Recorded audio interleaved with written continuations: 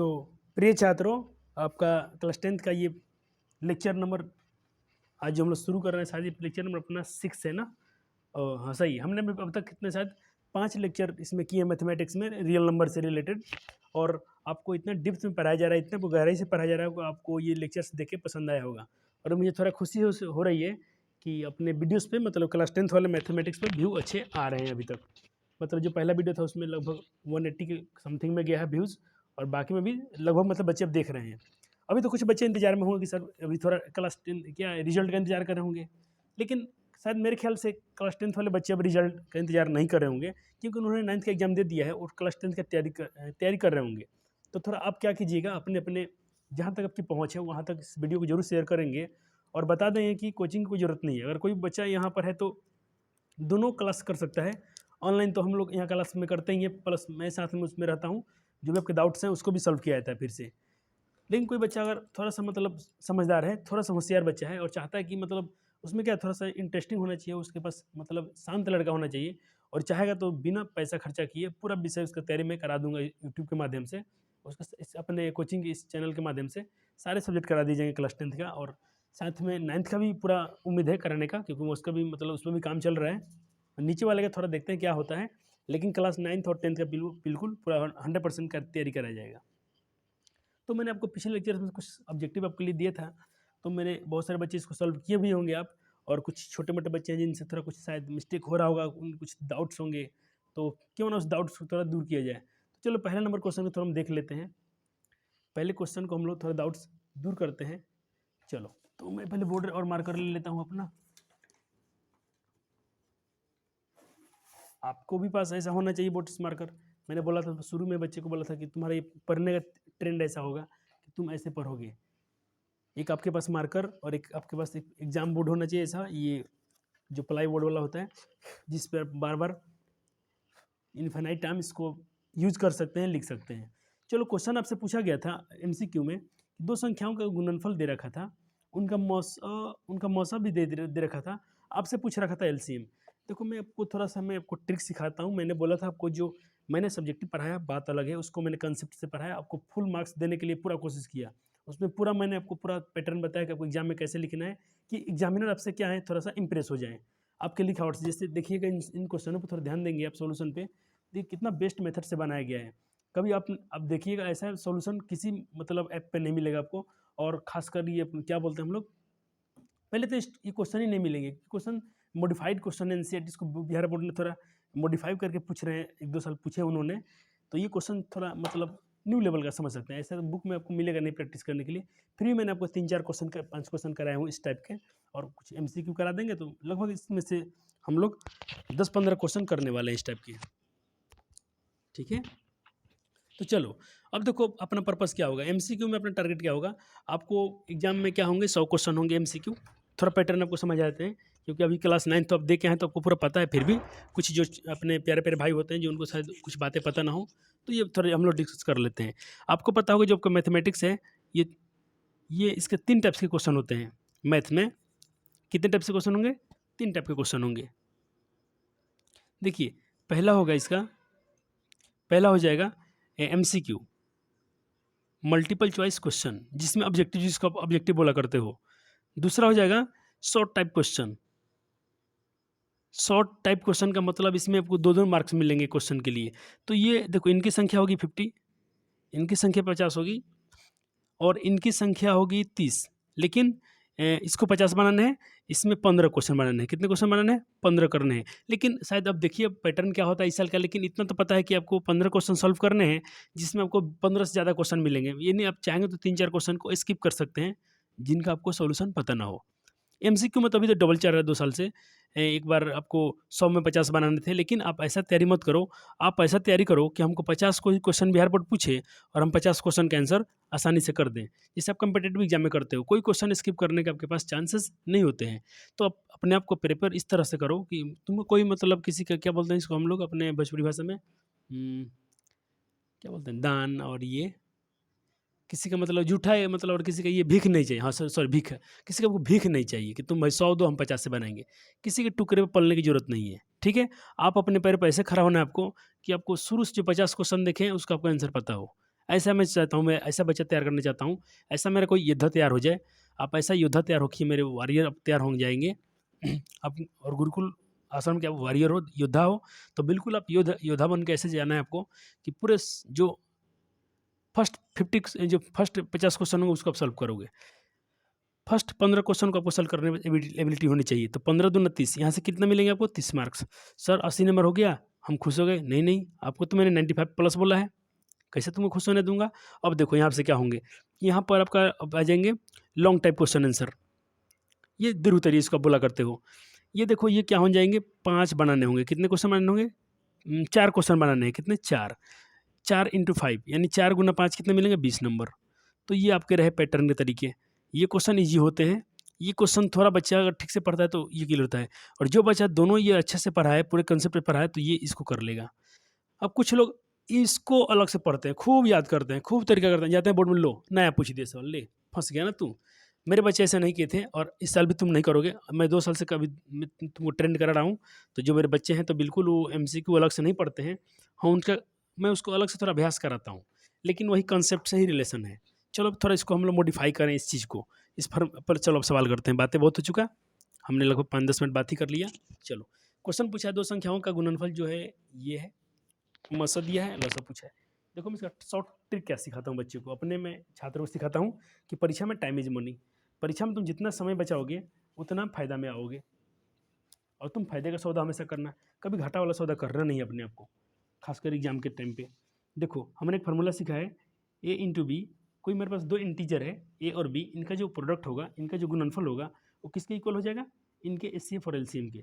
कहे तो ऐसे, HCF of A in B, A और B इंटू इनका प्रोडक्ट हो जाएगा, इनका गुणनफल हो जाएगा LCM A of B, LCM of A B। कहने का मतलब देखिए, जो जो संख्या दिया है इनका जो आप HCF निकालोगे उसका गुना, और उन्हीं का जो LCM निकालोगे उन दोनों गुना कर दोगे, फिर दोनों संख्याओं को खुद गुना कर दोगे, तो दोनों क्या हो जाएंगे, आपस में बराबर आएंगे। अब चलो मैं देखता हूँ सवाल में क्या पूछेगा, सारा डिस्कस करता हूँ, एक ही क्वेश्चन में तोड़ देंगे पूरे कंसेप्ट को। देखो इसमें करना क्या है, पहले तो आपसे क्या पूछेगा, या तो HCF दे देगा तो LCM पूछेगा, LCM देगा तो HCF पूछेगा, या एक संख्या दे देगा तो दूसरी संख्या पूछेगा। तो मैं देखो दोनों को सिखा रहा हूँ, अगर एक संख्या दे दे, आपको HCF भी दे दे, LCM दे दे, दूसरी संख्या पूछे या पहली संख्या पूछे, तो इसका मैं देखो 2 शॉर्ट फार्मूला तैयार कर रहा हूँ, इसको कहीं नोट डाउन कर लेना। अगर तुमसे पूछ रहा है पहली संख्या या दूसरी संख्या, अगर पहली संख्या पूछ रहा है, पहली संख्या, या इसको मैं A भी लिख दूँ क्या, पहली संख्या को A और दूसरी संख्या को B, आपको शॉर्ट रहने के लिए। अगर पहली संख्या या दूसरी संख्या कोई एक दोनों का निकालना हो, कोई एक, तो देखो ये तो दोनों ऊपर रहेंगे भाई लोग, HCF का मान और मल्टीप्लिकेशन में LCM का मान तो होगा ही होगा। बटा में अगर देखो, अगर पहली संख्या पूछेगा तो बटा में कौन आएगा, दूसरी संख्या। अगर दूसरी संख्या पूछा है तो बटा में पहली संख्या आएंगे, या दूसरी संख्या पूछा है, पहली संख्या पूछा है तो बटा में कौन आएगा, दूसरी संख्या आएगा। यही ना होगा, या तो बटा में एक बार ये आएगा या तो ये आएगा। मैं दोनों या इसलिए लिख दिया सिलेस के साथ में, यही होगा ना, एक क्वेश्चन बनेगा, दूसरा क्वेश्चन ये बनेगा। अब इन दोनों को दे देगा, अब इनमें से कोई पूछेगा तो देखो, अगर ये देगा तो बटा में ये जाएगा, अगर LCM देगा तो बटा में HCF जाएगा, अगर HCF दे देगा तो बटा में कौन जाएगा, LCM जाएगा। तो तुम कह सकते हो, या तो तुमसे पूछेगा HCF निकालो, या तुमसे पूछेगा LCM निकालो, यही ना पूछेगा। तो तुम्हारा आंसर क्या होना चाहिए, A गुना B, यानी पहली संख्या गुना दूसरी संख्या, बटा में क्या आ जाएगा, अगर HCF दिया है तो LCM बटा में आएगा, LCM दिया है तो बटा में HCF आएगा, दोनों में से कोई एक आएंगे ही आएंगे। क्या आप कंसेप्ट समझ गए, क्या नहीं समझे, चलो अप्लाई करके दिखा देते हैं, अप्लाई कर देते हैं, इसको थोड़ा दूर किया जाए।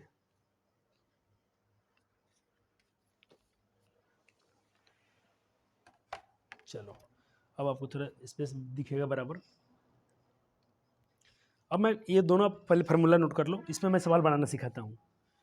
चलो अभी का ही सवाल ले लेते हैं, जो भी अपने क्वेश्चन देखा था, ये क्वेश्चन में पढ़ लेता हूँ। देखो 2 संख्याओं का गुणनफल क्या दे दिया है, 2 संख्याओं का गुणनफल दे दिया है 15 8 7 0, ये दे दिया है, और उनका HCF दे दिया है। HCF दिया है तो बटा में कौन आएगा, HCF है ना, बटा में आएगा, जो दिया है वही बटा में जाएगा। तो उनका मौसक दिया है 23, मौसक क्या दे दिया था 23, इसको ऐसे ही बनाते हैं तो आपको थोड़ा सीधा दिखेगा। देखो क्या किया है, एलसीएम पूछ रहा है, एचसीएफ दे दिया है, तो एलसीएम पूछा है तो बटा में कौन आएगा, एचसीएफ आएगा, और दो संख्या का गुणनफल, तो दो संख्या का गुणनफल क्या दिया है सवाल में, 15 870 बटा में आएगा एचसीएफ, एचसीएफ कितना दिया है, 23 दिया है, हो गया आंसर, गुना कर दो, भले इनको काट दो, जो कटेगा वही आंसर आएगा। सर ये तो भाग थोड़ा लंबा है, अरे कुछ लंबा नहीं, इसको एक बार देख तो देखो। चलो इसको मैं थोड़ा यहाँ रफली तुमको समझ, जितना समय तुम्हारा जाएगा सिर्फ भाग देने में, तो एक बार क्या करते हैं, भाग देते हैं 15870 23 से। चलो एक तो पता है कि 23 से एक बार में जाएगा नहीं, तो 23 पच्चे 5 15 5 दूना 10 नहीं जाएगा, 23 छक्का 36 18 6 दूना 12 1 13, अभी भी कम पड़ रहा है, 7 बार में देख लो, 17 21 हासिल 2 7 दूना 14 2 16, ज़्यादा हो जा रहा है, 5 बार में ही ले जाओ, 6 बार में ज़्यादा हो जा रहा है, तो देखो 5 3 15 और 5 दूना 10 1 11, 6 बार में 6 दून 36 18 6 दूना 12 36 18 और 6 दूना 12 1 13, 6 बार में ले जाओ, 6 बार में सही है, 36 18 और 6 दूना 12 3 36 18 6 दूना 12 1 13, 8 में से 8 जाएगा 0, 5 में से 3 जाएगा 2 और ये कट गए, ये तो कट गया, उसमें से 7 आएगा। अब देखो ये 23 के पैर में है कि नहीं, ये तो हो जाना चाहिए तभी तो कटेगा पूरा पूरा, तो इसको मैं 9 बार में ले जाऊँ क्या, 9 बार में, 3 9 27, इसको मैं 9 बार में कर रहा हूँ ट्राई, 9 3 27 कैरी 2 हो गया, 9 दूना 18 2 20, बिल्कुल कट रहा है, 3 बार में कट गया 207, ये आएगा 0, तो 23 के बार में 0 तो एक और 0 दे दो, यानी कट गया 637 बार में। मैं तो तुमको समझाने के लिए पूरा भाग दिया हूँ डिटेल्स में, आप थोड़ा इतना गुना करोगे ना सवाल को, इतना प्रैक्टिस करोगे, कितना बार में कट गया, 609 था, 9 बार में ले गए थे हम लोग, 690 बार में गए थे शायद, 690 बार में गया था ना, एक बार गुना कर देख लेते हैं, एक बार गुना कर लेता हूँ, शायद यही था ना, कितना बार हम लोग कटे थे, मैं मिटा दिया, भूल भी गया कितना दिए थे हम लोग। चलो एक बार तुम देख लेना भाग देके, जो कट रहा है वही तुम्हारा क्या है, आंसर है। चलो नेक्स्ट क्वेश्चन क्या था तुम्हारा, नेक्स्ट क्वेश्चन क्या था, उसको भी थोड़ा मिला लेते हैं, ये तो चलो एक बार थोड़ा इसको हम थोड़ा सोल्यूशन देख लेते हैं, 15 870 डिवाइडेड बाई 23, हाँ 690 सही था। अब चलो, अब यही टर्म है, दो ही, एक क्वेश्चन ऐसा पूछा तो इसे बना, अगर ये पूछता तो भी बना लेते हैं हम, चलो उसको भी बना के देख लेते हैं, नहीं परेशान होना है आपको, शायद इसमें सवाल मिल ही जाएगा, मेरे नोट से तो सवाल तो मिलने चाहिए, कि मैं हर लेवल का सवाल ढूंढ ढूंढ के लाता हूँ कि बच्चे को कोई कसर ना छोड़ दूँ। चलो ये क्वेश्चन था तुम्हारा एक, ए का मान दे दिया था और बी का मान दे दिया था, तुमसे मौसा पूछ रहा है, अच्छा मौसा का फार्मूला क्या है, मौसा का फार्मूला क्या होता है, महत्तम निकालने का ट्रिक क्या होता है, या मौसा तुम कंसेप्ट से कैसे निकालते हो, मौसा तुम कैसे निकालते हो, मौसा तुम निकालते हो उभयनिष्ठ गुणनखंडों की सबसे छोटी घात का गुणनफल, क्या क्या पहले उभयनिष्ठ है ये चेक करो, तो देखोगे इस सवाल में तो क्या क्या है उभयनिष्ठ है, तो मेरे को तो दिख रहा है कॉमन क्या है, ए में भी 2 है, ए में भी 2 है और बी में भी 2 है, ठीक है, 3 है, 3 है, दोनों सब कॉमन है, 2 कॉमन है, 3 कॉमन है, 5 कॉमन है, तीनों के तीनों कॉमन ही है।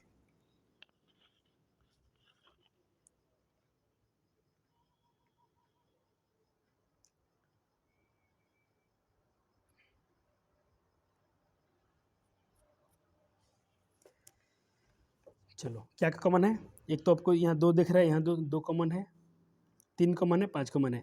एचसीएफ का फार्मूला क्या होता है, एचसीएफ का फार्मूला होता है उभयनिष्ठ गुणनखंडों की छोटी घात का गुणनफल, यानी इनमें गुणनफल का और छोटी घात ले लो, चलो 2 2 दोनों में है, लेकिन 2 के बड़ी घात 3 है, ये छोटी घात क्या है 2 है, तो इसको ले लेंगे हम, जाहिर सी बात है, 3 भी छूट लेंगे, छोटा घात लेंगे तो 3 के पावर 2 छोटी घात है, 5 भी दोनों में कॉमन है, लेकिन 5 के पावर 4 है, 5 के पावर 1 है, तो यही ले लेंगे, 2 के पावर 2 4 होता है, 3 के पावर 2 9 होता है, 5 के पावर 1 5 होता है, गुना कर लो, ये आंसर हो गया, 9 5 45, 45 में 4 से गुना कर दो, तो 4 5 20 और 4 4 का 16 2 18 180 आ रहा है, तो क्या होगा इसका आंसर, ऑप्शन बी तुम्हारा 100% राइट है, ऑप्शन बी पर तुम टिक कर लोगे, ठीक है ना, बिल्कुल सारे जितना मैं आपको सोल्यूशन दिया उसका, मैं जितना क्वेश्चन दिया उसका सोल्यूशन भी प्रोवाइड कराऊंगा, ये मैंने वादा किया था आपसे, तो इससे वादे से मुँह करना नहीं है हमको।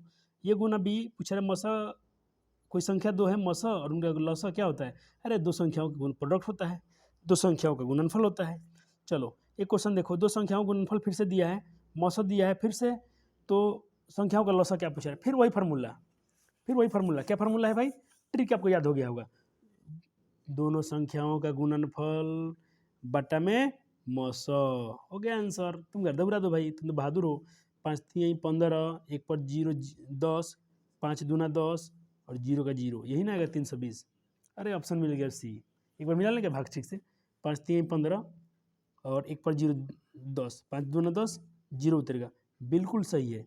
320 आपका 100% राइट आंसर है। 12 का आंसर क्या हो गया? सी। 13 देखिए, निम्न में कौन यौगिक संख्या है? अरे भाई तुमको मैं कंपोजिट नंबर सिखाया हूँ।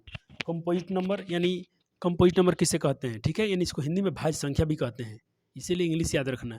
तुमसे यौगिक पूछा है, कभी तुमसे भाज्य भी पूछ लेगा तो इंग्लिश बचा लेगा तुमको। What is composite number? तो कंपोजिट नंबर उसे कहते हैं जिनका फैक्टर एक और स्वयं के अलावा कोई अन्य फैक्टर भी होना चाहिए। तो चेक करो, 13 तो भाई आभाज्य संख्या है, 23 तो आभाज्य संख्या है, 17 आभाज्य संख्या है, 32 क्या हो गया? प्राइम थी कंपोजिट नंबर हो गया। कैसे कैसे कैसे कैसे सर? अरे भाई तुमको बेसिक में पढ़ाया गया था, बेसिक क्लास देखो, लेक्चर 1 है। देखो मैंने बोला 32 क्या है? कंपोजिट नंबर है। क्यों? कंपोजिट नंबर कहता है कि एक से कटना चाहिए और खुद से कटना चाहिए, मानते हैं एक से भी 32 कटेगा, 32 से भी 32 कटेगा, इनके अलावा अदर संख्या से भी कटना चाहिए, ये संख्या डिविजिबल होना चाहिए। तो ये तो भाई 2 से भी कट जाएंगे, 4 से भी कट जाएंगे, 8 चौका 32, 8 से भी कट जाएंगे, 16 दूना 32, 16 से भी कट जाएंगे। अब क्या, 2 संख्या से अधिक इसका है कि नहीं मल्टीपल फैक्टर्स, तो जिसका मल्टीपल फैक्टर्स हो जाए या गुणनखंड आ जाए तो क्या है? सारी संख्या भाज्य संख्या है, हो गया। कितना सिंपल सा क्वेश्चन पूछ रहा है, बच्चा वाला सवाल है, पप्पू सवाल कह लो इसको, सबसे अच्छा रहेगा। 14 देखो, ये भी तुमको पढ़ा दिया, सहभाज्य संख्या को प्राइम नंबर। को प्राइम नंबर क्या होता है? जिन 2 संख्याओं का मौसा एक आना चाहिए, 2 संख्याओं का एचसीएफ एक आएगा तो सहभाज्य संख्या है। अब तुमको सबका सर एचसीएफ निकालना पड़ेगा? नहीं, थोड़ा थोड़ा जुगाड़ है अपने पास, हम लोग बिहारी हैं तो अपने पास जुगाड़ होता है, अक्सर बिहारियों के पास जुगाड़ हुआ करता है। पहले मैं थोड़ा क्वेश्चन को थोड़ा लिख लेता हूँ। क्वेश्चन क्या है? एक है 1435, ठीक है, ये ऑप्शन ए है। ऑप्शन बी क्या है? ऑप्शन बी है 1825, कोई बात नहीं। ऑप्शन सी क्या है? 3139 93, सॉरी। और ऑप्शन डी है 3262। ये देखो, ये तो सम संख्या है, तो सम संख्या का मौसम तो भाई क्या होगा? एक तो आएगा नहीं, जाहिर सी बात है, ट्राई भी कर लो। 32 किससे कटेगा? किसके पैर में 32 है? एक, इस 32 का फैक्टर गुणनखंड क्या क्या है? एक है, 2 से कटेगा, 4 बटा 32, 8 चौका 32, 16 दूना 32 और खुद 32, और 62 के तो बहुत सारे फैक्टर आ जाएंगे। अरे भैया ये भी 1 से कटेगा, 2 से 6 2 8, 2 से कटेगा ही कटेगा, 4 से 4 एकम 4 से नहीं कटेगा, और मान लो एक 62 से कटेगा। तो देखो इनका तो फैक्टर किनका मैच कर रहा है? 62 मैच कर रहा है, नहीं 62 तो नहीं है, 62 31 दूना 62, 31 से कटेगा, और किससे कटेगा? ये 62 और किससे कटेगा? 8 से तो नहीं कटेगा, 8 नहीं 64 होता है, 4 के पैरा से भी नहीं कटेगा, 4 एकम 4, 2 पर 2 22 नहीं कटेगा, 62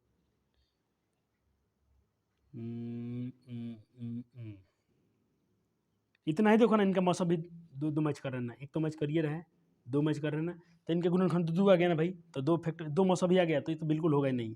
चलो यहाँ पे आ जाओ, 31 और 93 पर आ जाओ। 31 क्या है? प्राइम नंबर है, तो प्राइम नंबर है तो इसका एचसीएफ क्या होगा? एक 31 होगा, एक इसका फैक्टर 2 ही आएंगे।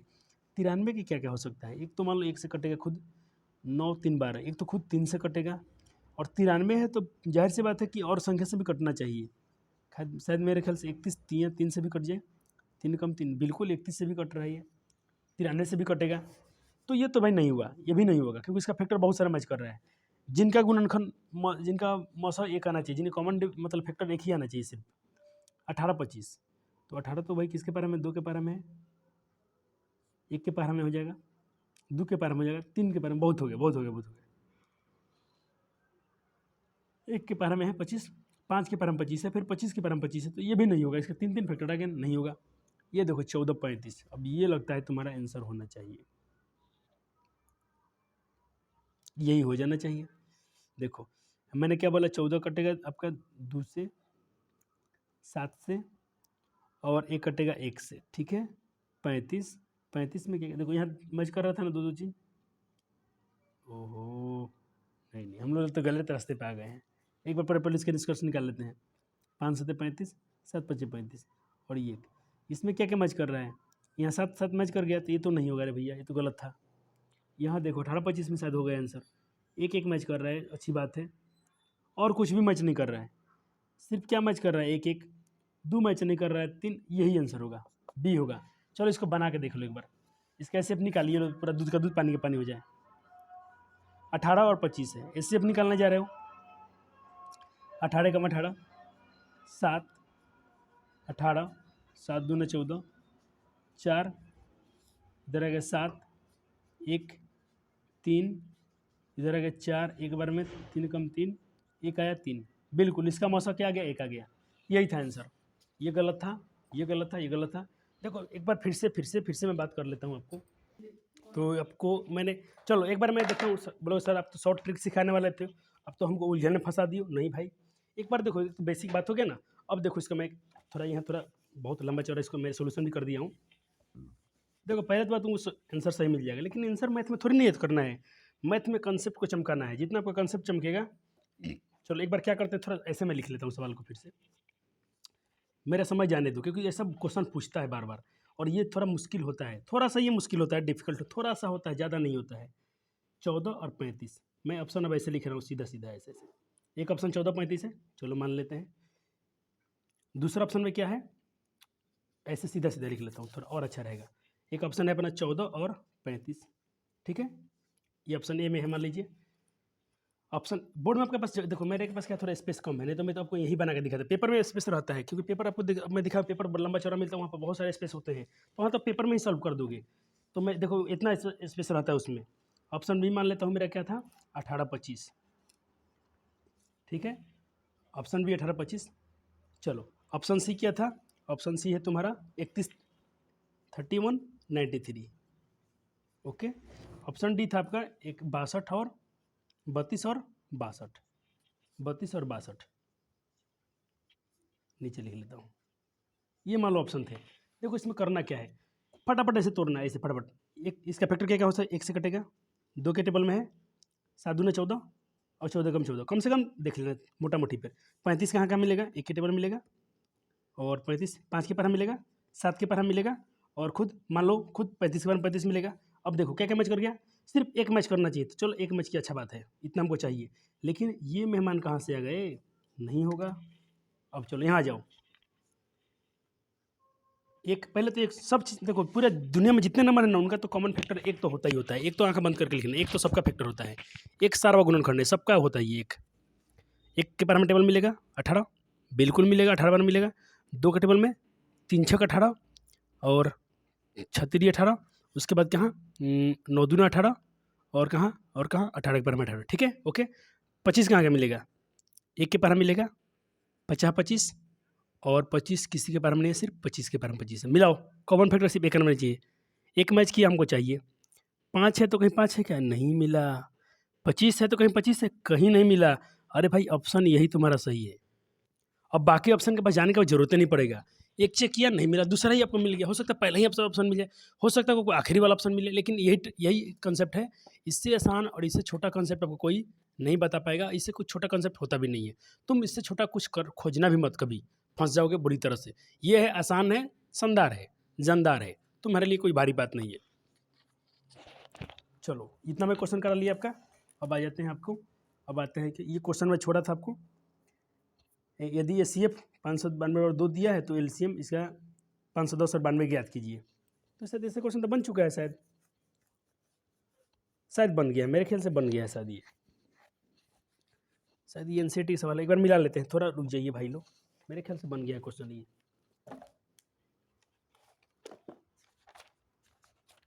एक बार थोड़ा एनसीईआरटी अपने देख लेते हैं, मेरे हिसाब से ये बन गया सवाल। नहीं, थोड़ा सा बदलाव किया है इस बार। देखो हमने ये क्वेश्चन ट्राई किया ना, 3 6 9, और ये गेट करो, ये क्वेश्चन थोड़ा सा ना घुमाया है। चलो कोई बात नहीं, बनाइए लेते हैं अब। जब तू पूछ लिया है, मैं जगह नहीं छोड़ा हूँ, तो मैं बोर्ड पे ही बना के बच्चे को क्वेश्चन एक बार लिख लो। पहले आप लोग एक बार क्वेश्चन लिख लेंगे। 14 नंबर का 15 नंबर क्वेश्चन पहले नोट कर लीजिए। मैं इसका सॉल्यूशन करने जा रहा हूँ। पहले खुद से आप कर लेना, आपसे हो जाएगा। 15 नंबर का सॉल्यूशन आपसे बिल्कुल हो जाएगा। आप मेरे अच्छे बच्चे हैं, आपने बहुत मेहनत किया है और इतना मेहनत कर रहे हैं ईमानदारी से, दिल से, तो ये परिश्रम कहीं ना कहीं रंग लाएगा। बिल्कुल आप ऐसे ही कीजिएगा। मैंने एक शॉर्ट वीडियो में डाला था कि एक शायरी था अपना कि हर कोई मतलब हर हवाओं में झोंका नहीं होता, हर हवाओं में झोंका नहीं होता, हर रिश्ता इतना अनोखा नहीं होता।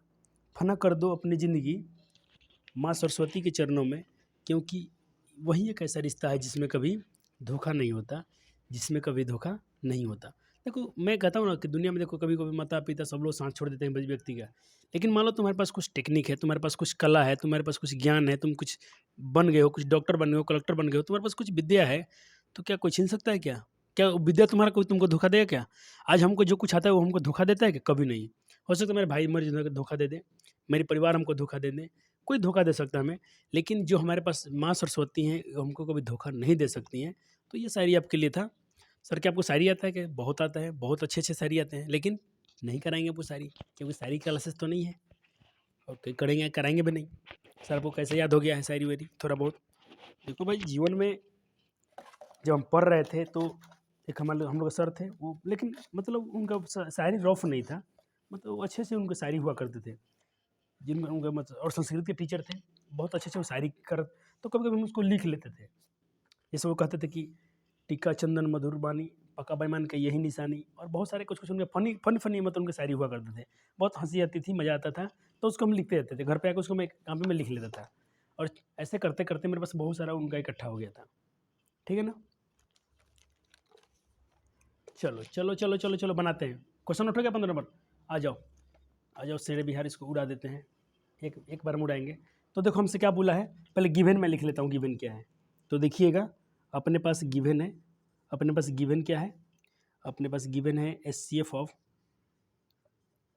510 यानी 510 और 92, इनका एच सी एफ दो दिया है। और हमसे पूछ रहे हैं भैया जी, हमसे पूछ रहे हैं कि आप बता दीजिए इन्हीं का, इन दोनों संख्याओं का एलसीएम वाट क्या होगा। अरे बच्चों का से खेल है, हम क्या लिखेंगे, हम तो भाई धुरंधर हैं इंग्लिश मीडियम में। वी नो दैट, हम जानते हैं कि, हम क्या जानते हैं कि भाई ए इंटू बी दो संख्याओं का जो प्रोडक्ट होता है, इन्हीं दो संख्याओं के एच और इन्हीं दो संख्याओं के एच और इन्हीं दो संख्याओं के एलसीएम के क्या होता है, बराबर होता है। क्या बोर्ड पे अट गया? अट गया। ऐसा होता है, ये हम जानते हैं। पहला संख्या मेरा मान लो 510 है, कोई सर डाउट नहीं। दूसरी संख्या यही तो है 92, कोई बात नहीं। H C F of A B यानी H C F of A B, दो संख्याओं का ए बी क्या दिया है, 2 दिया है। एलसीएम पूछ रहे हैं तो हम बिल्कुल बताने वाले हैं, सही सही बताएंगे इनको, हम इनका एलसीएम भी इनको बताएंगे। ए बी मेरा क्या है, ए बी कहने का मतलब मेरा ही 510 है, और ए बी कहने का मतलब मेरा दूसरी संख्या 92 है। ये दो गुना में तो कहाँ जाएगा, भाग में, तो इसलिए हम कह सकते हैं ये मेरा, ये संख्या इसके बटा में चल जाएगा, तो मेरा क्या हो जाएगा, एलसीएम हो जाएगा 510 92 का, ये दो गुना में तो इसके भाग में चल जाएगा, तो 510। कोई होशियारी नहीं करेंगे, कोई इसका गुना नहीं करेंगे, नहीं तो गुना भाग करते करते बूढ़े हो जाएंगे और का समय कटेगा। काट दो इसको, चलो 2 से काट दो, ये 92 ही काट लो, ये 2 कोई कट रहा है, काट दो। 92 काटो 2 से कितना बार कटेगा, 2 चौका 8, एक बार 8 है, और 1 2 बार है, 2 छक बार है, शायद यही हो रहा है ना। एक बार थोड़ा कैलकुलेशन मिला लेना, आप लोग थोड़ा कैलकुलेशन चेक कर लेंगे मेरे प्यारे प्यारे छात्रों, आपको कैलकुलेशन चेक कर लेना है। सर जी थोड़ा कैलकुलेशन करने से हिचक रहे हैं, आप कर लेना। पहले आपको करना क्या है, 92 को डिवाइड दे देना है आपको 2 से, तो बिल्कुल आपका 46 आ जाएगा। और आपको थोड़ा सा कष्ट कर देना है मेरे लिए, 46 में आपको गुना कर लेना है।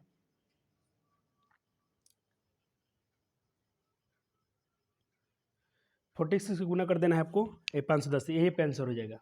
510 से आपको क्या कर देना है, 46 में गुना कर देना है आपका आंसर आ जाएगा। उम्मीद करता हूँ आपने गुना कर लिया होगा, मैं तो गुना एक भी नहीं करूँगा, बहुत आलसी हूँ, एक भी गुना नहीं करूँगा, आपको करना है। चलो कर लेना, आप लोग कर लेना, इसका शायद मेरे हिसाब से आ जाना चाहिए गुना करने पर। जो गुना करेंगे तो आ जाएगा, देख लेना एक बार, 23,460 ये आपके एलसीएम आ जाएंगे। ठीक है, और यही आपका बॉक्स में कर देना है और यहाँ पर आपको एलसीएम ठोक देना है, ये आपका एलसीएम, यही एलसीएम हो गया। इस टर्म को एक बार और लिख देना है, क्या लिख देना है, इसलिए मैं यहाँ लिखता हूँ, वो जगह तो कम पड़ रहा है ना भाई, चलो यहाँ लिखता हूँ, इसलिए लास्ट में लिख देना HCF ऑफ 51092 इक्वल कितना HCF आया था, भले एलसीएम, सॉरी एलसीएम निकाला गया था, ये लास्ट में लिख देना नीचे, वहाँ स्पेस कम था यहाँ लिख रहा हूँ, यहाँ बराबर के साथ बाद में लिख देना 23,460। ठीक है, यही आपका सॉल्यूशन हो गया। मुझे तो नहीं लगता बनाने वाला था सवाल मेरे लिए, क्योंकि आपको आ गया होगा ये सब बनाने, बहुत बनवा दिया हम सवाल, अब इतना छोटे भी नहीं है। और आपका मैथ मैंने देखा है ऑफलाइन क्लास में, आप लोग का मैथ ठीक है, आप लोग मैथ में अच्छे हो पढ़ने में, थोड़ी सी आपको और ज़रूरत क्या है, ज़रूरत है। चलो ये क्वेश्चन तो मैं शायद उस लेक्चर में करा दिया हूँ, ये करा दिया हूँ, ये होमवर्क में भी दिया हूँ और आपको करना भी था, शायद ये क्वेश्चन भी उसमें करा दिया हूँ, हाँ बिल्कुल करा दिया हूँ, ये मैंने करा दिया है, सिर्फ दिखा दे रहा हूँ कि शायद मिला लेना, ये हो गया है। जो एनसीईआरटी क्वेश्चन था 2 बच गया था ना, इसको मैं करा दिया। तो आखिरी क्वेश्चन जो था उसमें क्या, तो उसका तो एलसीएम निकाल दीजिएगा, और अभी ये सोनी वाला क्वेश्चन तो उसका आंसर आ जाएगा।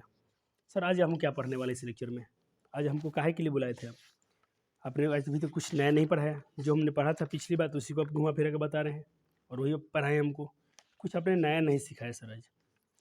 तो मैं मानता हूँ कि आपको नया नहीं सिखाया, लेकिन अब सिखाने जा रहा हूँ। चलो, इतना जो वेट किए हो तो इसका तो इंतज़ार का फल मीठा होना चाहिए। चलो अब हम पढ़ेंगे एक चैप्टर अपना सिद्ध करने वाला, बहुत खतरनाक, बहुत उल्टा पलटा चैप्टर है, जिसके लिए बच्चे थोड़ा सा परेशान रहते हैं, जिसका हम लोग बोलते हैं प्रश्नावली 1.3। सबसे इम्पोर्टेंट चैप्टर, सबसे खतरनाक चैप्टर, सबसे जटिल चैप्टर, और मैं कोशिश करूँगा ये सबसे आपका फेवरेट हो जाए।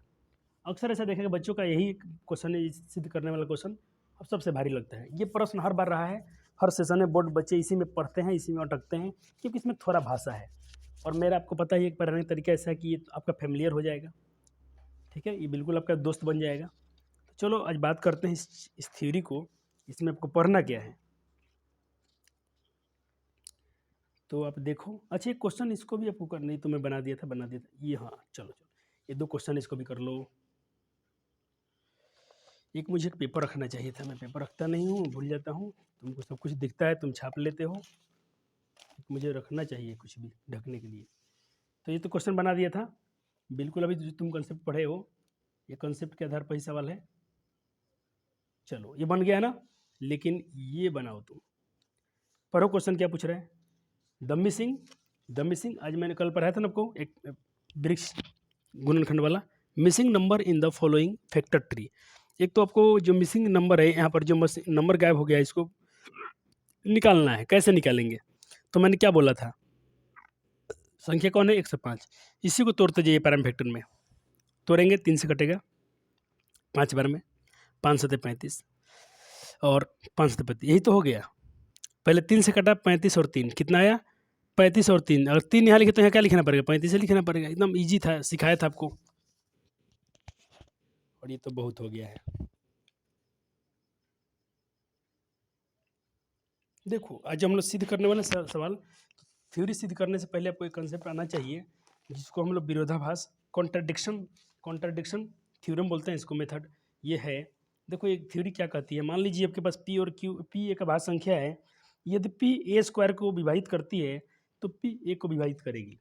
आप कहने का मतलब ऐसे समझिए, P कोई संख्या है और ये क्या है, प्राइम नंबर है, अगर ये a स्क्वायर को विभाजित करती है तो P a को भी विभाजित करेगी। इतना ही आपको याद रखना है। इसको मैं देखो आपको आसान भाषा में ऐसे समझा रहा हूँ, बिल्कुल परेशान नहीं होना है। इस चैप्टर को मैं बहुत थोड़ा सा मेरा मेहनत किया हूँ कि बच्चे को थोड़ा सा भी तकलीफ ना आए। मानता हूँ ये चैप्टर थोड़ा मुश्किल है, मैं पहले से बोल रहा हूँ, थोड़ा ही चैप्टर, ये टॉपिक थोड़ा सा मुश्किल होता है बच्चों के लिए, क्योंकि लैंग्वेज वाला चैप्टर है। देखो मान लीजिए कि सवाल बोल रहा है आपसे, एक आपको एग्जाम्पल लेता हूँ। देखो थ्योरी कहती है कोई P प्राइम नंबर है, कोई P मान लीजिए प्राइम नंबर है, अभाज्य संख्या है, अगर ये a स्क्वायर को विभाजित करता है तो P a को भी विभाजित करेगी। आपने समझा बात को, एक एग्जाम्पल से मैंने अभी क्लियर हो जाएगा। देखो जैसे मैंने बोला P मेरा कोई संख्या है, ठीक है, यहाँ पर एक एग्जाम्पल से आपको समझा दूँ तो बेहतर रहेगा। एक मिनट देख लो। जैसे मैंने कहा एक minute A square by Q. देखो ऐसा देखो, एक ये इसी एग्जाम्पल को लेते हैं, बहुत अच्छा एग्जाम्पल है। देखो एग्जाम्पल पे समझो इसको चीज़ को। मैंने कहा p बराबर कोई मेरा 5 संख्या है, ठीक है, और a बराबर मेरा कोई 25 संख्या है, ठीक है। ये मान लो कोई संख्या है, तो थ्योरी क्या बोलता है, p जो होगा किसको विभाजित करता है, a स्क्वायर से विभाजित होता है। ये थ्योरी था अपना। p जो है यदि p a स्क्वायर को विभाजित करता है, p a स्क्वायर को विभाजित करती है तो p भी a को विभाजित करेगी, ठीक है। तो यहाँ से फार्मूला अपना क्या बन के आएगा, p a स्क्वायर को विभाजित करती है तो इसका मतलब क्या हो गया, p बटा, तो इसका मतलब क्या हो गया, a स्क्वायर इसको विभाजित करती है तो इसका मतलब क्या हो गया, a स्क्वायर बटा में क्या आ जाएगा p। a स्क्वायर का वैल्यू क्या है, अपने a मान क्या लिया है 25, तो यहाँ पर क्या लेंगे 25 का स्क्वायर, ठीक, और बटा में क्या लेंगे p का मान क्या लेंगे 5। तो 25 का स्क्वायर देखो इसे कट रहा है कि नहीं कट रहा है, क्योंकि 25 का स्क्वायर का मतलब हो गया 25 गुना 25 और बटा में क्या हो गया, ये 5 आ गया। तो ये 5 से कट रहा है कि नहीं कट रहा है। तो वही बात ये है, थ्योरी वही कहती है कि अगर p a स्क्वायर को विभाजित करती है, a स्क्वायर मतलब कोई वर्ग संख्या है, इसको विभाजित करती है तो a स्क्वायर p को विभाजित करेगी, तो p भी इसको विभाजित करेगा। सिंपल बात है, इतना ही आपको याद रखना है। ये हम लोग टर्म को यूज करेंगे। तो एक बार पूरा कॉन्सेप्ट इसको बना लीजिए, नोट्स में जो प्रिपेयर किया हूँ आपको फिर से समझा दे रहा हूँ एक बार, थोड़ा सा इसमें टाइम देंगे हम आपको। p a स्क्वायर को डिवाइड करेगा तो p भी a को डिवाइड करेगा, यही थ्योरी कहता है।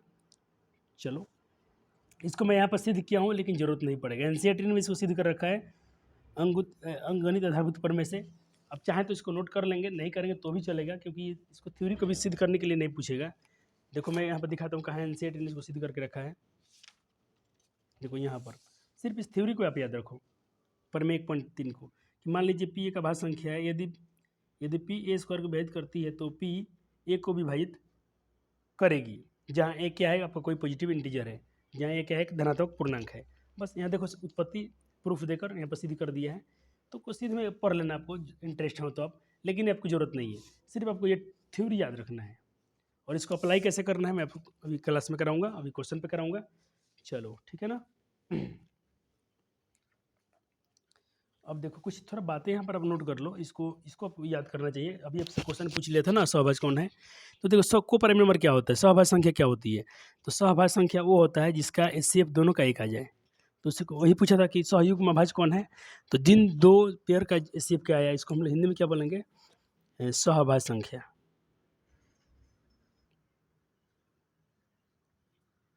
सहअभाज्य संख्या, इसको इंग्लिश में बोलते हैं को प्राइम नंबर। चलो इनका एचसीएफ हमेशा एक आना चाहिए, ठीक है। कुछ याद रखें, कुछ आपको टर्म दे रहा हूँ, इसको आपको याद रखने हैं, काम आएंगे आपके ये जब क्वेश्चन हम लोग सॉल्व करेंगे, और अच्छे से ये वहाँ पर काम आने वाले हैं। तो देखिए क्या कह रहा है, मान लीजिए R1 मैं लिख रहा हूँ रियल नंबर के लिए, ठीक है, ये रियल नंबर, R से मेरा क्या हुआ रेशनल नंबर के लिए। अगर रेशनल नंबर और रेशनल नंबर जोड़ेंगे तो क्या आएगा, रेशनल नंबर ही आएगा। अगर रेशनल नंबर और रेशनल नंबर घटाव करेंगे तो रेशनल नंबर ही होगा। अगर रेशनल नंबर रेशनल नंबर से गुना करेंगे तो यानी देखिए परिमेय और परिमेय जोड़ेंगे तो परिमेय ही होगा, परिमेय घटाएंगे तो परिमेय ही होगा, परिमेय गुना करेंगे तो परिमेय आएगा, परिमेय को भाग देंगे तो परिमेय ही आएगा। तो सर इसमें क्या सीखा हमने, कुछ नहीं सीखा। अब सीखोगे तुम, देखो इरेशनल नंबर यानी अपरिमेय प्लस अपरिमेय जोड़ोगे तो परिमेय भी आ सकता है, अपरिमेय भी आ सकता है। परिमेय और अपरिमेय जोड़ोगे तो क्या आ जाएगा, कभी परिमेय भी आ सकता है, कभी अपरिमेय, दोनों हो सकते हैं जोड़ने पर। अपरिमेय और अपरिमेय दोनों को गुना करोगे तो रेशनल भी हो सकता है, इरेशनल भी हो सकता है। सर थोड़ा क्वेश्चन करा के दिखाई ना, ऐसे फीलिंग नहीं आ रहा है तो मैं कर देता हूँ, परेशान नहीं होना है, थोड़ा टाइम दो हमको भाई। मैंने लिखा कि अपरिमेय और अपरिमेय का गुना परिमेय भी हो सकता है, अपरिमेय भी हो सकता है। मान लो जी कि √3 ये क्या है, अपरिमेय संख्या है, ठीक है, और √3 भी क्या है, अपरिमेय संख्या। इसको जब तुम गुना करने जाओगे तो क्या हो जाएगा 3√6, ये क्या होगा अपरिमेय। लेकिन आपसे में लिखा कि कभी कभी परिमेय भी हो सकता है। कब हो सकता है, जब ऐसा मिल जाए, मान लीजिए कि यहाँ पर आपके लिए यह है √2, यहाँ पर गुना मिल गया 3√2, तो ये क्या हो जाएगा, ये परिमेय संख्या, ये तो बन गया अपरिमेय संख्या। क्या बन गया, अपरिमेय संख्या, लेकिन परिमेय बन जाएगा, देख लो 3 का 3 रहेगा, √2 में √2 से गुना करो तो सिर्फ 2 हो जाएगा, ये 6 आ गया। और 6 को तुम 6/1 लिख सकते हो, तो ये क्या हो गया, परिमेय संख्या बन गया। तो यही मैं सारा कंसेप्ट यहाँ लिख दिया हूँ कि कभी इरेशनल नंबर जोड़ोगे तो परिमेय अपरिमेय दोनों हो सकते हैं, अपरिमेय गुना करोगे तो दोनों रेशनल इरेशनल दोनों हो सकते हैं, परिमेय अपरिमेय दोनों हो सकते हैं। अब देखो, एक वन शॉट में याद रखो, एक लाइन में याद रखो, एक परिमेय संख्या और एक अपरिमेय संख्या, एक परिमेय संख्या और एक अपरिमेय संख्या का जोड़, घटाव, गुणा, भाग हमेशा ऑलवेज एवरीथिंग, ऑलवेज मतलब एवरीथिंग मतलब हर टाइम पे, हर सिचुएशन पे आपको इरेशनल ही होगा। कंडीशन क्या है, एक परिमेय और एक अपरिमेय होना चाहिए। ठीक है, चलो भी एक क्वेश्चन करते हैं जिसका बहुत दिन से आपको इंतजार था। सिद्ध कीजिए, prove that √2 is an irrational number. सिद्ध कीजिए कि √2 क्या है, एक अपरिमेय संख्या है। सिद्ध कीजिए, सवाल पूछेगा, सिद्ध करें कि √2 क्या है, एक अपरिमेय संख्या है। थोड़ा सा लंबा होगा, थोड़ा सा आपको पेशेंस रखना पड़ेगा इस क्वेश्चन में, तो ही आपको समझ में आएगा, नहीं तो ये आपके माथा से ऊपर जाएगा। पहले ही बोल रहा हूँ, लेकिन नहीं, मैं आपको डरा नहीं रहा हूँ, आपको प्रेम कर रहा हूँ क्वेश्चन से। देखना क्वेश्चन कितना मजा आएगा वो करने में। थोड़ा सा भाषा है, थोड़ा खट्टा मीठा ये है टॉपिक, इसको निकाल लो मेरे भाई। बस इस चैप्टर को थोड़ा इस एक जो है ना क्वेश्चन, ये आखिरी क्वेश्चन है इस रियल नंबर का, इसको तुम निपटा दो। इसके बाद देखो रियल नंबर में एक टॉपिक बचेगा, भाग, तो अब 9वां पढ़ के आए हो, उसको मैं 0.% नहीं पढ़ के आए हो, क्या शांत है, तो तुम 9th पढ़ के आए हो। चलो अब बात करते हैं इसको सिद्ध करने को लेकर। चलो तो एक बार देख लो क्वेश्चन क्या था अपना, सिद्ध कीजिए। थोड़ा इसको बड़ा कर लेते हैं कि आपको थोड़ा बड़ा बड़ा दिखेगा तो बिल्कुल आसान रहेगा। चलो, सिद्ध कीजिए कि √2 क्या है, अपरिमेय संख्या। बिल्कुल आपको हम समझाते चलेंगे छोटे अपने अपने भाषा में, और ढक देते हैं कि आपको ऐसा फील ना हो सर को नहीं आता है तो पहले से बना लिए हैं। आता है, इसलिए बना दिया हूँ कि बच्चों को मेरा डाउट्स कम हो, उनके बस नोट्स बनाने का प्रॉपर टाइम मिल जाए। देखो, जब भी आपको सिद्ध करना हो √2 क्या है, अपरिमेय, रियल में है, अपरिमेय है। और मैं कहता हूँ कि तुम्हारा नाम सोहन है और तुम्हारा नाम सोहन है, तो इसमें बुराई क्या है। √2 सब जानते हैं कि यह अपरिमेय संख्या है, इरेशनल नंबर है, लेकिन क्या करोगे, सिद्ध करना है, साबित करना है हमको। करते क्या है इसको, देखो, हम मान लेंगे, हम पहले इसको मान लेंगे, चलो परिमेय है, मान लेते हैं कि ये परिमेय है। अपरिमेय नहीं है, थोड़ा सा हम गलती से मान लेते हैं, जिद किया है ना भाई, ज़बरदस्ती कर रहे हैं तो हम लोग मान लिया, कर भाई तुम सिद्ध करो कि तुम्हारा नाम विकास है, सिद्ध करो तुम्हारा नाम विकास है, और तुम्हारा नाम विकास है, मान लो तुम्हारा नाम जो भी है, तुमसे मैं बोलूँ तुम अपना नाम ही सिद्ध करो। कितना बेहुदा भरा सवाल है, तो तुम बेहुदा को बेहुदा जैसे जवाब देना, ठीक है ना, टिट फॉर टैट, जैसे को तैसा। माना कि √2 उकारा के सिद्ध करो तुम कि ये अपरिमेय है, चलो मैं मानता हूँ कि नहीं है, तो ये अपरिमेय है, मानता हूँ कि परिमेय संख्या है, ठीक है। तो परिमेय संख्या से कहते हैं व्हाट इज इरेशनल नंबर, तो आपने पढ़ा होगा जिसे P/Q के रूप में लिख सकते हैं, और जहाँ Q क्या हो, नॉट इक्वल 0 हो, और P और Q क्या हो, उनका अभाज्य गुणनखंड फैक्टर एक ही आना चाहिए, ठीक है, यही ना है, उसी को मैं लिख रहा हूँ। मैंने मान लिया लेट, इसको इंग्लिश में लिख दिया हूँ, लेट √2 भी में माई इरेशनल नंबर, मेरा एक परिमेय संख्या है, मैंने ऐसा माना है। तो जब इसको तुम परिमेय माने हो तो √2 को तुम किसके रूप में लिख सकते हो, P/Q के रूप में लिख सकते हो, जहाँ P और Q क्या है, को प्राइम नंबर होते हैं, को प्राइम मतलब सहभाज्य पूर्णांक होते हैं, ठीक है, को प्राइम नंबर का इंटीजर होते हैं, को प्राइम नंबर इंटीजर होते हैं, और जहाँ Q नॉट इक्वल 0 होते हैं। तो सूत्र है, मैंने सिर्फ अभी तक क्वेश्चन नहीं बनाया है, अभी तक मैंने सिर्फ सूत्र लिखा है, सूत्र से ही काम चल जाएगा। अगला स्टेप देखो, अगला स्टेप पहले मैं ढक देता हूँ, अब देखो तुमको बिल्कुल समझ में आएगा। एक बार में क्लियर ना करा दिए तो कहना, एक बार में क्लियर हो जाएगा ये चैप्टर।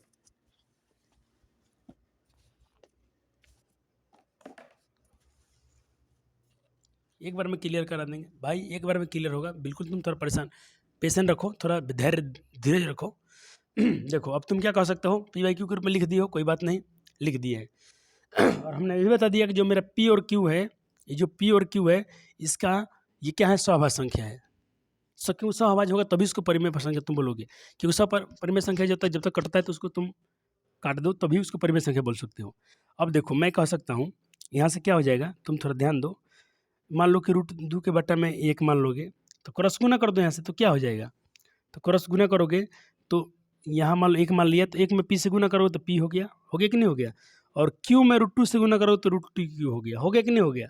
अब देखो तुमको सिद्ध करना है कि √2 क्या है, अपरिमेय संख्या है, तो तुम पहले √2 हटा के देखोगे तब ना घूंघट में है कौन, मानते इस घूंघट हटाना पड़ेगा। अब तुम बताओ, घूंघट हटाओगे, रूट में घूंघट है, तो रूट को हटाने के लिए क्या करना पड़ता है, स्क्वायर करना पड़ता है। तो हम दोनों तरफ क्या करेंगे, वर्ग करेंगे दोनों तरफ। तो मैं लिख दिया हूँ स्क्वायरिंग बोथ साइड, यानी दोनों तरफ वर्ग करने पर। अब तुम जब दोनों तरफ वर्ग करो, ये क्वेश्चन थोड़ा आपको पूरा क्लियर नहीं दिख रहा है क्या? अब दिख रहा होगा ना, थोड़ा रात का समय ना, थोड़ा इसके लिए ऐसा हो रहा है। थोड़ा सा मैं सपोर्ट लगा देता हूँ इसमें। कोई बच्चा सर जी आपको बहुत समय खा गया, तो नहीं, थोड़ा तुम वीडियो भगा लेना, देख लेना। और मैंने तुम्हारा समय नहीं लॉस किया, थोड़ा आज मैं थोड़ा अनकम्फर्टेबल आज थोड़ा महसूस कर रहा हूँ अपने आप को। थोड़ा इधर साइजिंग अच्छा नहीं आ रहा है, कभी क्लियर वीडियो नहीं दिख रहा है। और आज मेरे लाइव में जो क्लास कराया, मुझे थोड़ा बहुत दुख हुआ कि मैं जब चला के देखा तो बहुत सारा उसमें पूरा ब्लर जैसा दिख रहा है, पूरा धुंधला धुंधला दिख रहा है, पता नहीं ऐसा क्यों हो गया। चलो दोनों तरफ वर्क किया, तो इसको वर्क करोगे तो स्क्वायर से रूट कटेगा, इस पर स्क्वायर चढ़ जाएगा, ये तो पी स्क्वायर हो जाएगा ना भाई। तो देखो क्या हो गया, इसका स्क्वायर करोगे तो स्क्वायर से रूट कटेगा, तो खाली क्या बचेगा 2 और क्यू स्क्वायर, इधर पी स्क्वायर का पी स्क्वायर। दिक्कत नहीं, कोई दिक्कत नहीं सर जी। अब देखो तुम्हारे कंसेप्ट अभी कैसे क्या हो कि यदि पी ए स्क्वायर को विभाजित करता है तो ए पी ए को भी विभाजित करेगा, इन्हें से क्या हो। तो पहले तुम क्या करो, पी स्क्वायर का मान क्या आ गया 2q स्क्वायर, इसको समीकरण 1 मान लो, ठीक है। अब देखो क्या करना है, तुम वो इस थ्योरी लगा दो, सीख के आए हो, तुम लिखोगे। अच्छा देखो तुम क्या सीख के आए हो कि पी ए स्क्वायर को विभाजित करता है तो ए भी पी को विभाजित करेगा। तो यहाँ क्या है, पी स्क्वायर किसको विभाजित कर रहा है 2 को, तो 2 भी किसको विभाजित करेगा पी को। तो तुम लिखोगे 2 पी स्क्वायर को, 2 किसको, देखो ए स्क्वायर पी को विभाजित करेगा ना, तो 2 अगर पी स्क्वायर इसको विभाजित कर रहा है तो ये इसको करेगा, 2 पी स्क्वायर को विभाजित करता है, 2 पी स्क्वायर को क्या करता है डिवाइड करता है, तो 2 भी पी को क्या करेगा विभाजित करेगा, ठीक है ना, बिल्कुल करेगा। अब विभाजित करेगा तो इसको मैं क्या मान लेता हूँ, कर दिया, 2 किसको विभाजित कर दिया तो 2 किसको विभाजित कर रहा है, पी को विभाजित कर रहा है, ठीक है। यहाँ पर तुम ये अपने से मानना है, तुम यहाँ के मान सकते हो, ठीक है, तुम यहाँ पर के मान सकते, ये चलो चलो चलो, ये बोलता है ना थोड़ा दिक्कत होता है। अब सही आ गया वीडियो। चलो 2 पी स्क्वायर को डिवाइड कर रहा है तो 2 पी को विभाजित करेगा, देन 2 पी को विभाजित करेगा, थ्योरी कहता है अपना, थ्योरी जो 1.3 थ्योरी पढ़ के वही थ्योरी बोल रहा है ऐसा। मैं एम खुद से लाया हूँ, जहाँ एम क्या है, मेरा कोई पूर्णांक हो सकता है, ठीक है, मेरा कोई पूर्णांक है। अब तुम देखो थोड़ा सा यहाँ पर, यहाँ बट्टा में 1 ले लोगे तो 1 में पी से गुना करोगे तो पी हो जाएगा, 1 में पी से गुना करो तो पी हो जाएगा, 2 में एम से गुना करो तो क्या हो जाएगा 2m। इसको समीकरण 2 मान लो, ये समीकरण 1 था, ये समीकरण 2 है। मैं थोड़ा ऊपर कर सकता हूँ, करने पर क्योंकि थोड़ा कटना भी नहीं चाहिए वीडियो। कभी मैं पढ़ाते चलाता हूँ, आँख बंद करके देखता हूँ, मैं ऊपर स्क्रीन में मोबाइल पर देखता भी नहीं हूँ, तो लगता है लो मैं पढ़ा दिया नीचे तक, अब उसमें वीडियो में आया ही नहीं, रिकॉर्डिंग में आया नहीं। अब देखो यहाँ पर थोड़ा देखना, पी का मान तुमको रख देना है, पी का मान समीकरण 2 में रखना है। तो पी का मान क्या है सर पी का मान क्या है, तो थोड़ा ध्यान देना है पर, पी के मान क्या है 2m, कितना है पी के मान 2m। अब पी के मान कहाँ रखना है, समीकरण 1 में रखना है, और पी के मान क्या आ गया है 2m आया है, तो समीकरण यहाँ चलो है ना पी स्क्वायर, तो पी का मान रख दो तो क्या हो जाएगा 2m स्क्वायर, हो गया कि नहीं हो गया। और इसमें तो नहीं रखना, इसको तो ऐसे ही रख देना है, 2 का स्क्वायर क्या होता है 4m स्क्वायर m और 2 क्यू स्क्वायर, ये 2 कहाँ जाएगा, अगर आप सिर्फ क्यू स्क्वायर का मान निकालेंगे, क्यू स्क्वायर का मान निकालेंगे तो 2 क्या जाएगा इसके बट्टा में जाएगा, आगे बट्टा में कट गया, 2 से 4 2 बार में, तो 2m स्क्वायर बचा, क्यू स्क्वायर का सॉरी ठीक है, अरे क्यू स्क्वायर है ना, ये क्यू स्क्वायर है, तो क्यू स्क्वायर का मान क्या आ गया 2m स्क्वायर, कितना आ गया 2m स्क्वायर आ गया।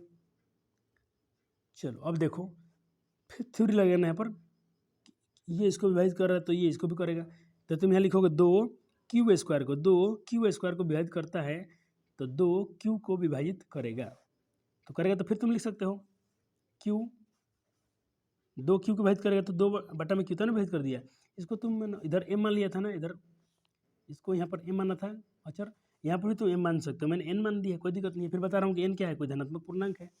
अब इतना कर दिया ना तो सर बन गया, तो देखो क्या आ जाएगा, यहाँ पर 1 ले लोगे तो 1 में क्यू से गुना करो क्यू, और 2 में एन से गुना करो तो 2n, ये समीकरण नहीं बना।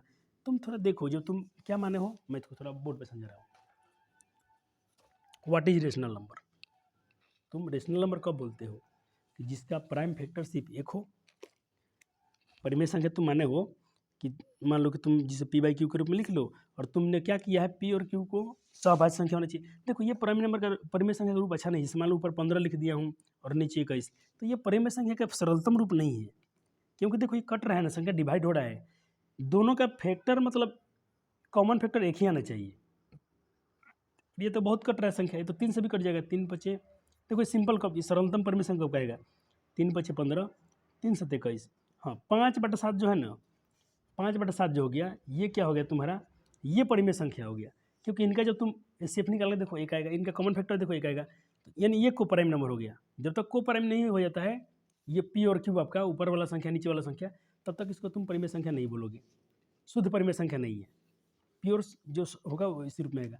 अब तुम देखो थोड़ा समीकरण एक में तूने देखा था, तूने क्या माना है P/Q के रूप में, तो एक बार तुम देख रहे हो P के फैक्टर में 2 है और Q के फैक्टर में 2 है, दोनों समीकरण में चेक कर लो, मैं दिखा रहा हूँ यहाँ पर। यहाँ देखो, यहाँ थोड़ा देखो,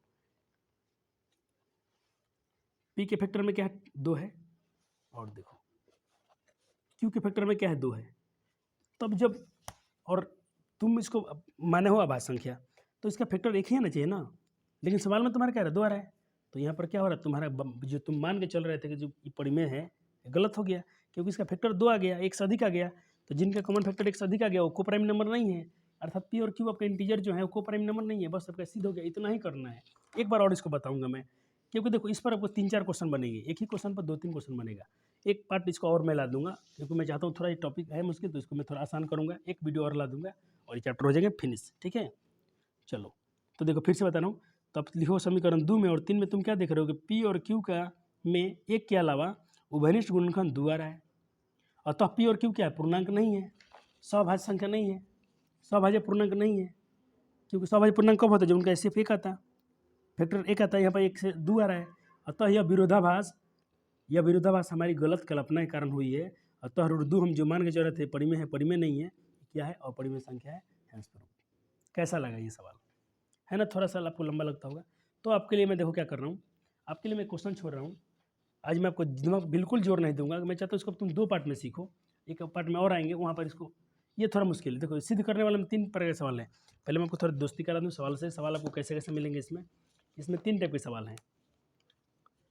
और इस चैप्टर को निकाल लो मेरे भाई, एक चैप्टर से बच जाओ, खाली इस चैप्टर से थोड़ा मेहनत कर लो, उसके बाद देखना इतना तुमको मजा आएगा खुशी में। और चलो तुम्हारा फेवरेट चैप्टर शुरू करने वाला हूँ, AP पढ़ा दें तुमको। अब तुमको पढ़ाएंगे इसके बाद हम अरिथमेटिक्स प्रोग्रेशन, यानी समांतर श्रेणी पढ़ा देंगे, बहुत मजा आएगा, गर्दा गर्दा उड़ जाएगा उसमें, ठीक है ना। तो अब तुमको AP पढ़ा देंगे इसके बाद, ठीक है। और उसके बाद त्रिकोणमिति बाद में पढ़ाएंगे, क्योंकि त्रिकोणमिति सभी सवाल नहीं पूछेगा, पहला परीक्षा में तुमसे त्रिकोणमिति से कम पूछेंगे, तो अभी त्रिकोणमिति में थोड़ा बाद में पढ़ेंगे, अभी पहले हम AP पढ़ लेते हैं। देखो एक टाइप का सवाल हो गया, ये आसान होता है, ये आसान होता है, ये भी लगभग आसान होता है, सिर्फ √5, √2, √3 ये वाला थोड़े मुश्किल होते हैं। तो ये कर दिया हूँ मैं 2 सिद्ध कर दिया हूँ, आप √5 सिद्ध करोगे, तुम घर पे √3 को भी सिद्ध करोगे। √3 एक अपरिमेय संख्या है, तुमको सिद्ध करना है, पूछा गया बोर्ड में सवाल है, और √5 2 सवाल आपके मैं छोड़ रहा हूँ, ठीक है। तो आपका होमवर्क क्या हो गया, एक आपका होमवर्क हो गया ये वाला √3, किसको भी करा दें, चलो एक और कराता हूँ, थोड़ा सा फीलिंग आपको अच्छा हो जाएगा। पहले तुम क्या मानने हो, अभी तुमने क्या सीखा, पहले इसको मान लेंगे परिमेय संख्या, और तो परिमेय संख्या मैंने मान लिया, ठीक है। तो इसको मैं परिमेय संख्या माना हूँ तो किस रूप में लिख सकता हूँ, P/Q के रूप में, और P/Q के मेरा क्या है, सभाज्य पूर्णांक, इसको हमेशा लिखना है सभाज्य पूर्णांक, अर्थात P और Q का फैक्टर 1 आना चाहिए, और तुम्हारा देखना इस क्वेश्चन में 1 के अलावा कुछ और आ जाएगा, तो हो गया बात, गलत हो गया तो ये परिमेय हो जाएगा, फिर से वापस अपरिमेय हो जाएगा। चलो अब तुम देखो यहाँ से भी क्या करो, गुना, तो क्या हो जाएगा ये, और इसमें करोगे तो P हो गया, दोनों तरफ बर करोगे ना, तो √3 क्या हो हट जाएगा, और Q² और P² हो गया। तो तुम देखो इसको समीकरण एक मान लेना है। अब तुम लिखोगे 3 P² को विभाजित करता है, तो 3 P को विभाजित करेगा, तो विभाजित करेगा तो 3 P को विभाजित कर रहा है, बटा में चला गया। अब तुम्हें यहाँ अपने से कुछ मान लेना, यहाँ तुम अपने से कुछ मान लेना, कोई कॉन्स्टेंट मान लेना है, और बता देना कि कोई धनात्मक पूर्णांक है, कोई पॉजिटिव इंटीजर है। यहाँ पर पूर्णांक में कुछ छूट गया है, कोई धनात्मक पूर्णांक है, कोई धनात्मक पूर्णांक है, ठीक है। चलो अब इसके बाद क्या करना है, इसके बाद आपको करना है धनात्मक पूर्णांक है, ठीक है, यहाँ तक आ गए हो, तो अब यहाँ से सॉल्व कर लो। यहाँ बटन में अगर 1 ले लोगे तो 1 से गुना करो, P में P हो जाएगा, 3 में M से गुना करोगे तो क्या हो जाएगा 3M। अब ये कथन समीकरण 2 मान लो, एक समीकरण 1 था, समीकरण 2 था। अब क्या करो, ये P का मान रख दो 1 में, ये P का जो मान है ना 3M, समीकरण 1 में चिपका दो। क्या चिपकाना है, देखो मैं फिर से दिखा रहा हूँ, ये जो P का मान आ गया है, P का मान यहाँ चिपका दो, समीकरण 1 में चिपका दो। तो मैंने रख दिया, इधर तो 3Q² रख दिया, इधर P के जगह पर रख दिया 3M, तो 3M का स्क्वायर क्या होगा 9, तो 9M² हो गया, 3 का 9 M² M। अब देखो ये 3 कहाँ है बट्टा में, तो कटिएगा ना 3 के 9, 3 क्यू स्क्वायर, 3 एम स्क्वायर बचा, तो क्यू स्क्वायर का मान क्या आ गया 3 एम स्क्वायर। देखो अगर 3 क्यू को विभाजित कर रहा है तो 3 क्यू को विभाजित करेगा, यही लिखना है। 3 बार ये सूत्र लगाते रहना जो मैं आपको सिखाया हूँ आज। अब देखो यहाँ तो इसको जब विभाजित करोगे 3 इसको करेगा तो 3 बटा क्यू हो गया। अगर ये 3 ठीक से देता हूँ, अब देखो बट्टा में इसको तुम अगर m माने थे तो इसको n मान लो, तो इसका क्या हो जाएगा, एक ले लो बट्टा में, तो यहाँ क्यू का क्यू हो गया और 3 में n से गुना 3n, इसको समीकरण 3 बना लो। तुम देख पा रहे हो कि समीकरण 1 में 2 में, समीकरण 2 में पी का फैक्टर क्या है 3 है। पी और क्यू तुमने क्या माना है, वो तुम्हारा सहभाज्य पूर्णांक है। तो सहभाज्य पूर्णांक करने का मतलब क्या, उनका एसीएफ 1 होना चाहिए, कोपरम नंबर 1 होना चाहिए उनका एसीएफ 1 होना चाहिए। लेकिन इनका एसीएफ देखो यहाँ पे 3 आ रहा है और क्यू में भी 3 आ रहा है, तो एक के अलावा दूसरा फैक्टर आ गया है कोई, तो ये क्या हो गया, आपका प्राइम नंबर नहीं है, भले सहभाज्य पूर्णांक नहीं है। तो समीकरण 2 और 3 से स्पष्ट है कि पी और क्यू के में 1 के अतिरिक्त उभयनिष्ठ गुणनखंड 3 है, अतः पी और क्यू सहभाज्य पूर्णांक नहीं है। तो भाई ऐसा नहीं हो रहा है, क्यों, क्योंकि हमारी गलत कल्पना है। अतः यह विरोधाभास हमारी गलत कल्पना के कारण हुई है। अतः √3 क्या है, एक अपरिमेय संख्या है। ठीक है, ये हेंस प्रूफ लिख देना है, सिद्ध करना ही आपको। सिद्ध कीजिए √5 क्या है, एक अपरिमेय संख्या है। ये आपका होमवर्क रहेगा, और ये होमवर्क रहेगा √5, और इसको मिलेंगे हम अगले लेक्चर में। देखो नोट्स रेडी है, मुझे पढ़ाने मैं पढ़ा सकता हूँ, लेकिन ये लेक्चर क्या हो जाएगा, थोड़ा लंबा हो जाएगा। ठीक है, और तुम जब इसको नया सीख रहे हो तो मैं चाहता हूँ इसको तुम 2 दिन में सीखो इसको। एक दिन आज हो गया, एक लेक्चर और आएगा। एक लेक्चर में देखो तुम ये पढ़ा देंगे और क्या पढ़ा देंगे, ये तो छोटू मोटू चैप्टर ना, देखो ना तुम इसको ऐसे ही बना सकते हो। 9th वाला तुम अपना कॉन्सेप्ट याद करोगे ना, तो ये बन जाएगा सवाल। ये वाला 1 पॉइंट कौन सा है, 1.4, देखो नहीं तुम खुद से बना सकते हो, तुमको 9th में पढ़ा दिया हूँ। कहते लंबा विभाजन प्रक्रिया की भाग भी नहीं देना है, पता करना कि दशमलव प्रसाद शांत है क्या शांत है। तो हम लोग क्या करते हैं, खाली नीचे वाले फैक्टर निकालते हैं, जिसके फैक्टर में 2 के पावर n और 2 के पावर ये वाला आ जाएगा, 2 के पावर n और 5 के पावर m के रूप में आएगा, तो उसको हम कहेंगे शांत है, नहीं तो नहीं है। ठीक है, लेकिन इसको हम पढ़ा देंगे, चिंता मत करो, इसमें बहुत क्वेश्चन कराएंगे, और यहाँ पर क्या होगा, चैप्टर आपका फिनिश हो गया, सारांश आ जाएगा। तो आपको हम क्या करा देंगे, इसके बाद मैं सोचता हूँ कि बहुपद पढ़ा दूँ। तुम बताना, एक बार कमेंट करना, तो भाई जो मेरे ऑनलाइन वाले छात्र हो, तुम कमेंट करना कि तुम अब इसके बाद, ये रियल नंबर खत्म होने वाला है अपना, तो रियल नंबर के बाद तुम पोलिनोमियल पढ़ने वाले हो कि क्वाड्रेटिक इक्वेशन पढ़ने वाले हो, कि तुमको लीनियर इक्वेशन पढ़ना है कि क्वाड्रेटिक इक्वेशन पढ़ना है कि अरिथमेटिक्स पढ़ना है, एपी, इसको एपी बोलते हैं, कि तुमको त्रिभुज, और ये तो सब तुम जानते हो, त्रिभुज सब छोटे, ये बात तुम पहले से जानते आ रहे हो, त्रिभुज है, त्रिकोणमिति, फिर इससे एक नया चैप्टर है। तो 2 में तुम कमेंट करना, यार तुमको एपी पढ़ना है कि त्रिकोणमिति पढ़ना है। 2 चैप्टर तुम्हारे लिए बिल्कुल नया है, कभी तुम इसको पढ़े नहीं हो, बाकी चैप्टर तुम पढ़ के आए हो क्लास 9th से, ये 2 चैप्टर तुमने नहीं पढ़ा है। तो कमेंट कर देना कि इसमें से तुमको पढ़ना क्या है, उसका हम वीडियो शूट करेंगे, उसका नोट्स तैयार करेंगे, उसी को पढ़ा देंगे। ठीक है ना, चलो, तो आज के लेक्चर में इतना ही। रात बहुत हो चुका है, रात के 11 बज गए हैं। ठीक है, और वीडियो भी अपलोड करना है तो वीडियो अपलोड हम कर देंगे, लेकिन सबसे अच्छी बात है कि मुझे खुशी मिलती है कि मैं आपको अच्छा पढ़ा रहा हूँ, मेरे बच्चे अच्छे इसमें व्यूज़ आ रहे हैं, और आपका और सहयोग चाहिए। देखो करीब करीब जो बच्चे इतना देखें, मान लो जी 150-60 लड़के देख लिए हैं, तो उतना आखिर उन्होंने मेरा लेक्चर देखा है। चलो ठीक है, धन्यवाद, मिलते हैं अगले लेक्चर में, तब तक के लिए अपना ख्याल रखते रहिएगा, और मुस्कुराते रहिए, हंसते रहिए, और माँ सरस्वती का आशीर्वाद ले लीजिए। सोते समय इनका एक बार, हर बार इनको अपने नज़रों में रखना, इनको दिल में बसा कर रखना, ये आपको कभी धोखा नहीं देने वाली है, जिसे तुम विद्या कहते हो। धन्यवाद।